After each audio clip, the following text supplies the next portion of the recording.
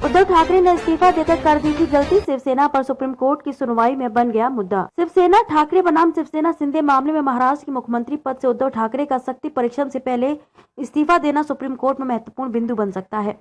महाराष्ट्र की राजनीतिक संकट की सुनवाई मुख्य न्यायाधीश DY चंद्रचूड़ की अध्यक्षता वाली 5 जजों की पीठ कर रही है। उद्धव ठाकरे ने विधानसभा में शक्ति परीक्षण से एक दिन पूर्व 29 जून 2022 को महाराष्ट्र के मुख्यमंत्री पद से इस्तीफा दे दिया था।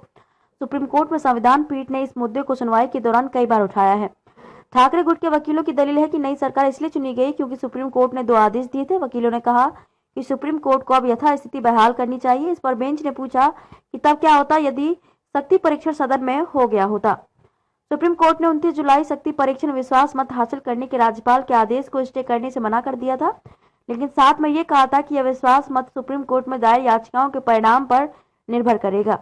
हालांकि उद्धव ठाकरे ने इससे पहले ही मुख्यमंत्री पद से इस्तीफा दे दिया। इस मुद्दे पर जस्टिस MR शाह ने वकीलों से पूछा, 29 जुलाई का आदेश बहुत स्पष्ट था कि 30 जुलाई को होने वाला फ्लोर टेस्ट याचिकाओं के फैसले पर निर्भर करेगा। इस स्थिति में जब उद्धव ठाकरे शक्ति परीक्षण से पहले इस्तीफा दे चुके थे, अब यथास्थिति बहाल करने का क्या मतलब है? आप इसे होने तो देते, लेकिन आपने पहले इस्तीफा देने का विकल्प चुना। इस पर वकीलों ने कहा कि सुप्रीम कोर्ट तथ्यों का कोर्ट है, यहाँ तथ्य ही सुप्रीम है।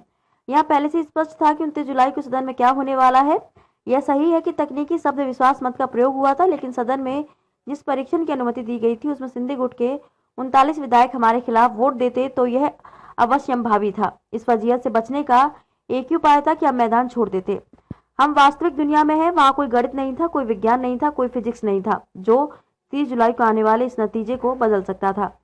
इस पर मुख्य न्यायाधीश ने पूछा कि यदि आप विश्वास मत का सामना करते और हार जाते तो यह पता लग जाता कि ये 39 लोग कोई अंतर पैदा कर सकते हैं। वोटिंग के पैटर्न से पता लगता है कि 39 लोग विश्वास मत को प्रभावित कर सकते थे। यदि आप 39 लोगों के कारण विश्वास मत हारते हैं तो आपको पता लगता है कि अगर वे अयोग्य साबित हो जाते तो आप जीत सकते थे। कोर्ट ने जब पूछा कि वे कोर्ट से क्या राहत मांगने की उम्मीद कर सकते हैं तो सिंघवी ने कहा कि प्रभावी राहत यही है कि यथास्थिति को बरकरार किया जाए। शपथ ग्रहण की कार्यवाही गलत थी और कोर्ट यह कह सकता है कि इसे दोबारा किया जाए। ये शपथ को उलटने के जैसा होगा।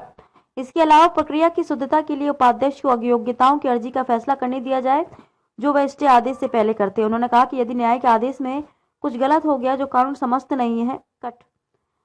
सम्मत नहीं है तो उससे पैदा होने वाले सभी प्रभाव और नतीजे खड़े नहीं रह पाएंगे। अब मामले की सुनवाई मंगलवार को होगी। शिवसेना पर सुप्रीम कोर्ट की सुनवाई में बन गया मुद्दा। शिवसेना ठाकरे बनाम शिवसेना शिंदे मामले में महाराष्ट्र के मुख्यमंत्री पद से उद्धव ठाकरे का शक्ति परीक्षण से पहले इस्तीफा देना सुप्रीम कोर्ट में महत्वपूर्ण बिंदु बन सकता है। महाराष्ट्र की राजनीतिक संकट की सुनवाई मुख्य न्यायाधीश DY चंद्रचूड़ की अध्यक्षता वाली 5 जजों की पीठ कर रही है। उद्धव ठाकरे ने विधानसभा में शक्ति परीक्षण से एक दिन पूर्व 29 जून 2022 को महाराष्ट्र के मुख्यमंत्री पद से इस्तीफा दे दिया था। सुप्रीम कोर्ट में संविधान पीठ ने इस मुद्दे को सुनवाई के दौरान कई बार उठाया है। ठाकरे गुट के वकीलों की दलील है कि नई सरकार इसलिए चुनी गई क्योंकि सुप्रीम कोर्ट ने 2 आदेश दिए थे। वकीलों ने कहा कि सुप्रीम कोर्ट को अब यथास्थिति बहाल करनी चाहिए। इस पर बेंच ने पूछा कि तब क्या होता यदि शक्ति परीक्षण सदन में हो गया होता।